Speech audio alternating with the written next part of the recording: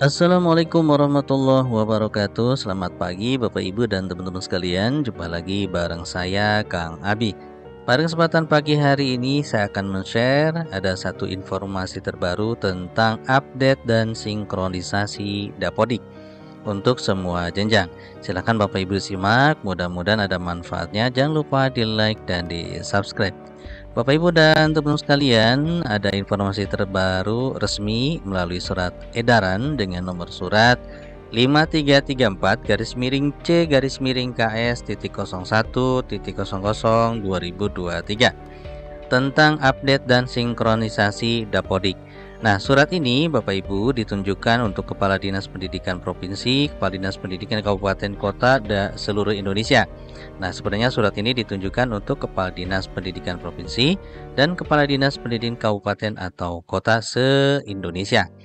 Nah, lalu bagaimana apa manfaatnya untuk sekolah? Nah, untuk sekolah kita simak isi informasinya. Kemudian kita action ya. Nantinya kita akan action apa dari isi surat tersebut. Kalau ternyata setelah action sekolah kita masuk ke dalam hal yang disebutkan di dalam surat tersebut, segera kita melakukan koordinasi dengan dinasnya masing-masing. Seperti itu Bapak Ibu. Jadi kita ambil manfaatnya dari informasi tersebut.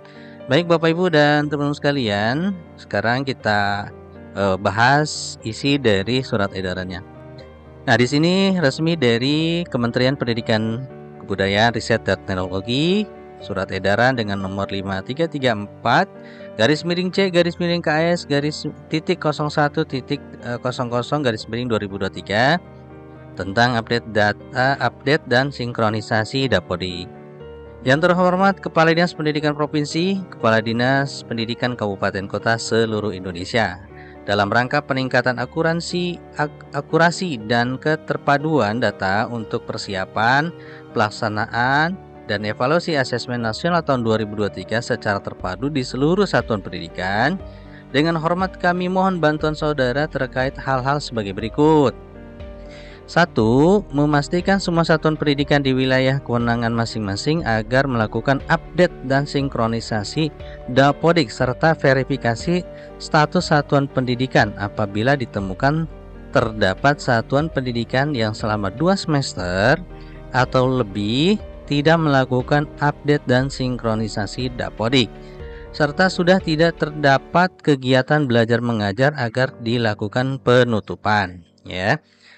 Nah, kemudian daftar satuan pendidikan yang berpotensi untuk dilakukan penutupan terdapat pada tautan referensi data.kemdikbud.go.id. Nanti kita akan cek ya Bapak Ibu. Nah, kemudian yang ketiga, membuat surat keputusan penutupan untuk sekolah yang ditutup dan mengunggah surat keputusan tersebut melalui halaman perpalsp.data.kemdikbud.go.id. Nah, memastikan agar semua guru dan kepala sekolah untuk melakukan update NIK dalam Dapodik melalui halaman Perpal PTK. Nah, yang poin 4 ini Bapak Ibu silahkan pastikan NIK-nya di Perpal PTK itu sudah valid ya. Nah, kalau misalnya tidak valid, segera perbaiki ke Dukcapil. Kenapa? Karena Perpal PTK, ya, data PTK itu terintegrasi dengan data Dukcapil. Yang kelima, memastikan seluruh proses verifikasi dan update data diselesaikan sebelum tanggal 25 Juni. Jadi sebelum 25 Juni harus segera selesai, di mana salah satunya untuk satuan pendidikan data NIK ya, data NIK di poin 4, data guru dan kepala sekolah NIK-nya sudah harus valid. Nah, sekarang kita akan action di nomor 2 ya. Kita akan cek apakah sekolah kita masuk ke dalam satuan yang berpotensi untuk dilakukan penutupan atau memang yang akan ditutup. Langsung saja Bapak Ibu kita ke referensi.data.kemdikbud.go.id. Nah, ini dia Bapak Ibu untuk situs dari data referensi.kemdikbud.go.id. Ini tampilannya baru di tahun 2023. Nah, sebelumnya tidak seperti ini udah cakep ya. Nah, sekarang Bapak Ibu bisa mencari PSN. Nah, untuk mencari status sekolah yang berpotensi untuk dihapus dan dinonaktifkan, Bapak Ibu pilih namanya data pendidikan ya di sini.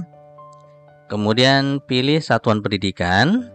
Nah, tarik ke sini ke bawah. Nah, di sini Bapak Ibu ada 2 residu update data dan residu tidak aktif.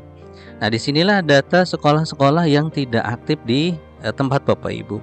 Kalau ini residu data. Residu data itu yang saya pahami adalah satuan pendidikan yang selama 2 semester itu sudah tidak mengisi data Dapodik, artinya tidak sinkron gitu ya, kalau tidak salah. Nah, sekarang kita buka dulu Bapak Ibu, kita coba cek di residu tidak aktif. Kita cek satuan pendidikan kita masuk ke sini atau tidak ya. Nah, kita klik residu tidak aktif. Seperti ini. Kita contoh ambil saya yang mudah, misalnya di Provinsi Jakarta. Misalnya provinsi saya Jakarta misalnya. Kemudian kota kabupatennya misalnya Jakarta Timur ya, misal Jakarta Timur. Nah, Bapak Ibu cari misalnya kecamatan. Saya ambil misalnya di Ciracas. Oke, nah di Ciracas di sini ada sekitar 113 ya.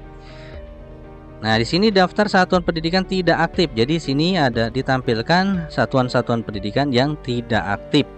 Nah, di sini Bapak Ibu ada sekitar 113 satuan pendidikan ya. Ini contoh saja. Nah, kalau seandainya Bapak Ibu sekolahnya masuk ke dalam daftar satuan pendidikan tidak aktif, ternyata Bapak Ibu memang sekolahnya aktif, ya tinggal menghubungi ke dinasnya itu ya, agar nanti aman tidak dinonaktifkan. Nah, ini banyak sekali Bapak Ibu. Nah, ini dari 2015. Ini untuk mengecek ya, mengecek sekolah-sekolah yang tidak tercatat aktif atau tidak aktif. Nah, sekarang kita cek yang misalnya yang residu update data ya. Kita pilih residu update data. Kita pilih Jakarta. Nah, di sini kita pilih misalnya Jakarta Timur. Kayak tadi ya. Pilih Ciracas misalnya.